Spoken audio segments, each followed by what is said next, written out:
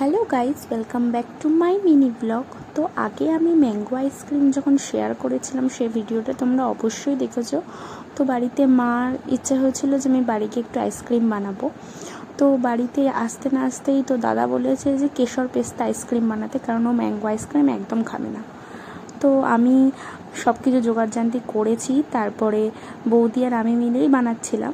বৌদি আমাকে অনেক হেল্প করেছে।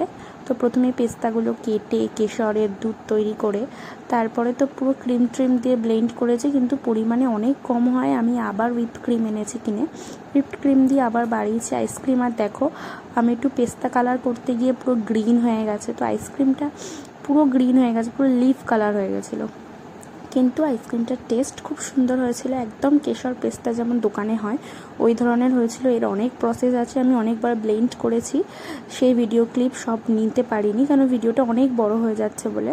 তো দেখো একদম জমে গেছে। তো প্রথমে আইসক্রিম বার করে গপুকে দিয়েছি, দেখো দেখাচ্ছি পুরো একদম জমে গেছে। তো প্রথমে আইসক্রিম বার করে আমি গপুকে দিয়েছি,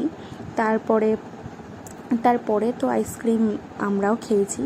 তো আইসক্রিমটা দেখো একটুও গলছে না, ফ্যানের তলায় রাখলে তো আইসক্রিম গলেই যাবে। আর পেস্তা কালারটা আসেনি, একটু লিফ কালার হয়ে গেছে, মানে একটু ডিপ সবুজ হয়েছে ওর থেকে, কিন্তু আইসক্রিমটা জাস্ট খুব সুন্দর হয়েছিল। পুরো কেশর পেস্তা যে ফ্লেভারটা হয় একদম সেই ফ্লেভারে। তো দেখা হচ্ছে পরের ভিডিওতে, ততক্ষণ সবাই ভালো থাকো, সুস্থ থাকো, গুড নাইট।